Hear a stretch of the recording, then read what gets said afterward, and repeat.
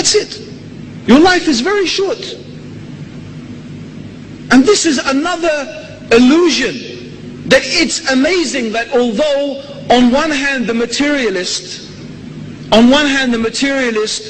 teaches that life is a random event, we are like animals, that's it, we live and we die. Really, in reality, they always forget the dead bit. They leave that. And they somehow imagine, in spite of things dying in front of them constantly the whole time, people seem to live under this illusion that they are going to live on this earth forever.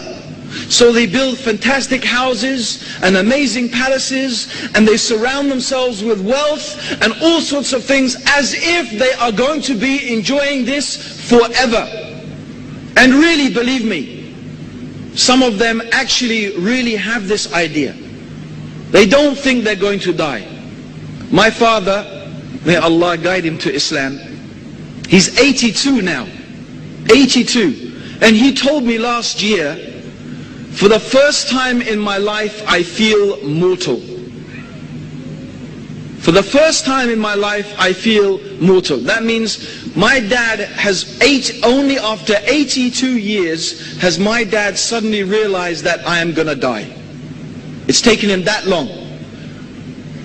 And my dad, Allah subhanahu wa ta'ala gave him a lot of strength. You know, if you meet my dad, most of you, he'd beat you in tennis easily. Allah gave him this strength and this energy. But the disadvantage of that is that he imagined, I'm never going to die. And people fool themselves with that. And only maybe when they get very old and they get weak and they start realizing, wait a minute, my strength has left me and I'm 82 years old and no one is really going to live beyond 90, maybe 100 maximum. You realize suddenly, no, death is going to come. But maybe that's much too late to start realizing that fact. And also, we don't know when death is going to come. How many people live to my father's age? Very few. Most people die long before that. So the other reality we have to be aware of, that the meaning of life is actually not life itself, but the meaning of life is the end of life. The true meaning of life is the end of life. And this is explained so beautifully in a hadith of the Prophet sallallahu alaihi wasallam. The Prophet sallallahu alaihi wasallam said, what have I got to do with this world? I am like a rider on a journey who has taken rest underneath the shade of a tree and then continues on his journey. Let us think about this beautiful, beautiful similitude, this allegory that the Prophet sallallahu alaihi wasallam has given us about this dunya, about this world. This world is like a man. First of all, you imagine someone on a long journey, especially in those days, through the desert, in the heat, traveling for many, many hours, many, many days, in fact perhaps many weeks. So imagine you are on your camel in the desert, traveling for many days. What would happen, do you think, if you did not stop and take a rest? If you did not stop and take a rest, you will not complete your journey, because you will fall off your camel, maybe in the night or the day, from exhaustion. The camel would keep going and you would be left in the desert alone to die. You need that rest. That rest is very important, because that moment that you take to rest gives you more strength to carry on your journey and to reach your destination. Yes?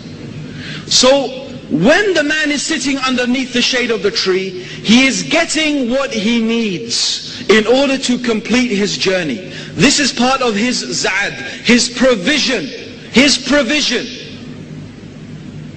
Okay? So this is our existence. Our existence is like a long journey. From when Allah, He created us until we reach our destination. But our destination is not this world. No. This world is like the rider who takes the shade underneath the tree. That tree and that shade is not his destination, is it? He doesn't say that, oh, that's how I've arrived now, I've reached my destination, here I'm going to stay. No. His destination is some city or some town or some place.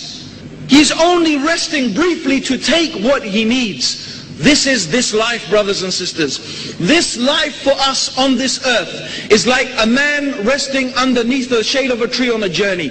We are here just to take what we need in order to reach our destination. And what is our destination that we want to reach, that we desire to reach? It is paradise. And the destination that we want to avoid is the hellfire. And the stage that we have to pass before we get there is the day of judgment.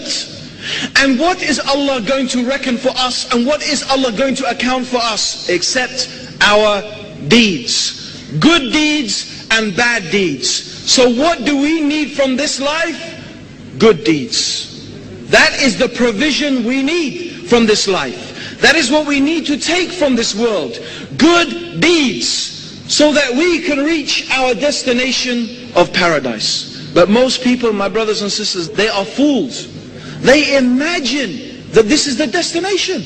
They have been confused, and they have been taken in by the life of this world, and they have been deceived by the life of this world, and they imagine this is the destination. Here I am, I've arrived. What a beautiful world it is. Look at the sun, look at the trees, look at these nice things. And they amass the wealth, and they build nice houses, and they have palaces for themselves and cars, and they believe this is it. So they do everything they can to acquire the things of this world. But the reality is, they will die, and they will not take any of it with them. And then they will see the true reality, and they will see that they have prepared nothing for their journey.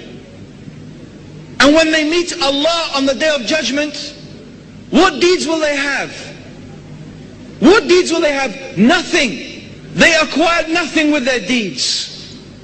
They got no benefit from it, because they didn't do it. And even the things they didn't do that hoping that they will have something waiting for them in the next life. These people who did, in some of them, it's true, they do good deeds. They do good deeds. But these good deeds will only benefit them in the life of this world. They did not do that seeking the hereafter. It's no good if you have a bank account and you just put your money in the bank account.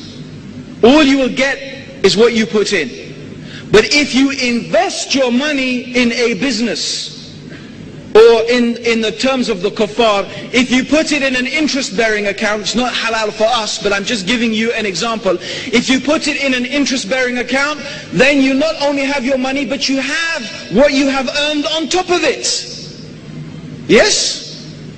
You have the interest you have earned, so you're making something. You can't put your money in a normal account and expect that you will get the return on it. You will not. So a person who invests all their effort in the dunya, how can they expect that they are going to get something in the akhirah when they meet Allah? Because they did not invest in that. They only invested in the dunya. This is another explanation why the deeds of the disbelievers are of no benefit to them on the day of judgment.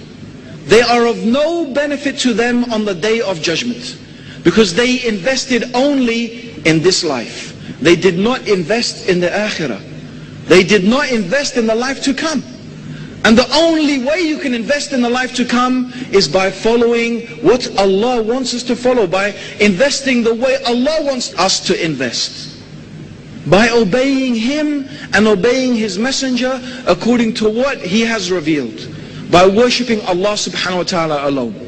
So this, my brothers and sisters, is another very important thing to realize about the life of the human being, the meaning of the life. The meaning of life actually is not this life. The meaning of life is the day that we are going to stand in front of Allah, and He is going to weigh up for us, and He is going to account for us the things that we did, the good and the bad. And we will be rewarded and punished accordingly.